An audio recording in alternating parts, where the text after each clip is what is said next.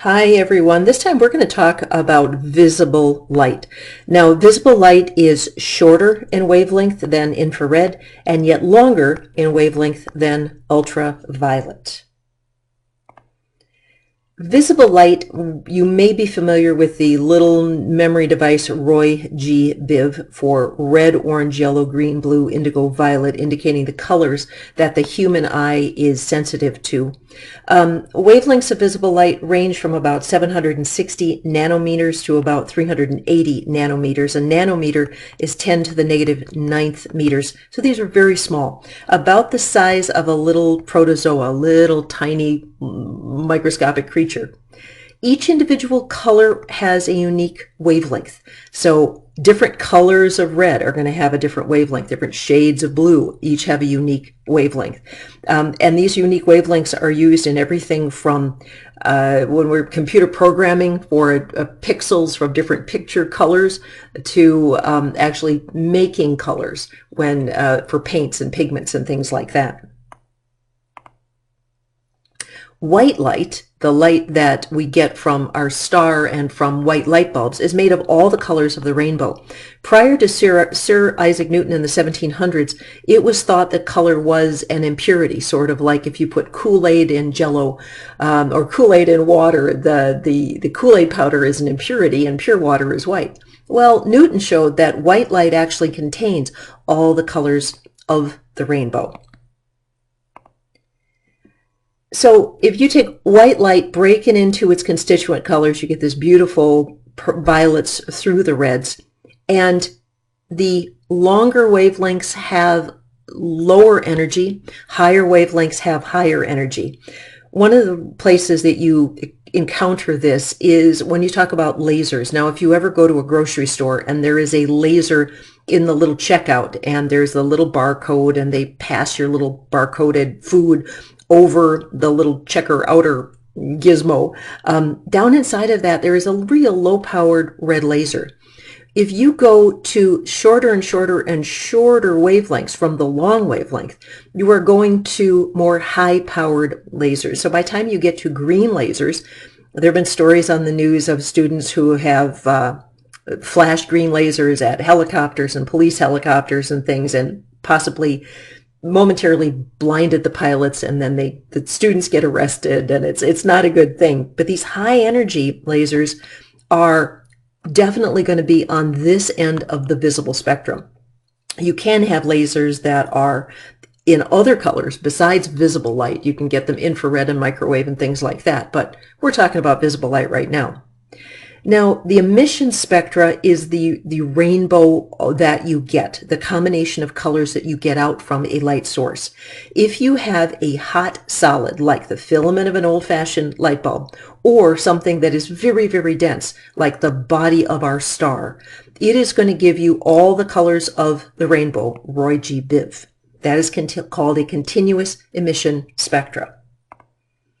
If you take a hot gas, like one element, like the element hydrogen or the element helium, and you have a tube of hot gas, you're not going to get all the colors of the rainbow. You're just going to get some specific colors. And those specific colors actually end up being like a fingerprint for that element. It's really, really neat. If you've ever wondered how in the world can astronomers look at a star that's light years away and say, oh, that star contains so much of this element and that element, it's because of the light spectra produced by each individual element, and by analyzing the light emitted by that star, then we can actually determine the chemical composition. So what actually is producing these spectral lines? Well, one of the great physicists of the last 100 years was a gentleman named Niels Bohr, and he hypothesized that electrons inside of atoms come in unique energy levels. And what Bohr figured out is where these spectral lines come from. And here's what he said. If you have an electron that's just happily sitting inside of some sort of an energy level, that electron can get excited. Now, what can excite the electron? Heat, light, or electricity. And this electron, once it gets too much energy, it can't orbit on that energy level anymore. So it'll jump to a high energy level. Now, when it jumps, it leaves a little hole behind. And nature does not like holes in low energy levels inside of atoms. So this will fall back down. And when it falls down, it will emit a wavelength of light that is one wavelength of light. And it could be blue, or it could be red, or it could be green. But it's not a continuous spectrum. It happens to be one unique line. Well, there's lots of electrons inside of atoms. There's lots of energy levels. And every time one of these electrons gets hot or gets hit with electricity and falls back down, you get the production of one of these wavelengths. And it is due to atomic construction of all the different atoms that we get these unique emission spectra that allow us to identify different elements. Now, our star gives us a real interesting spectra because of the fact that the hot star acts like a hot solid. It's so dense that it gives us the entire rainbow. Around the outside of our star, we actually have an envelope of gas, and that envelope of gas gives off unique colors, just like any hot gas.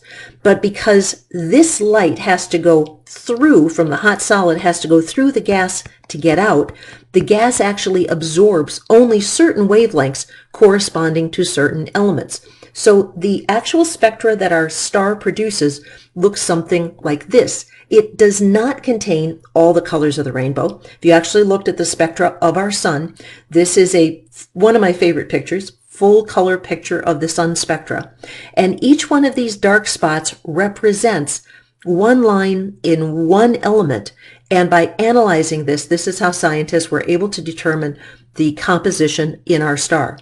If, for example, like this line is very, very, very dark, that indicates there's a high concentration of whatever element gives us this and that over there. So by analyzing percentages and how dark it is, they can figure out chemical composition. All right, that is visible light for us, and we will come back later, and I'll see you then. Bye-bye.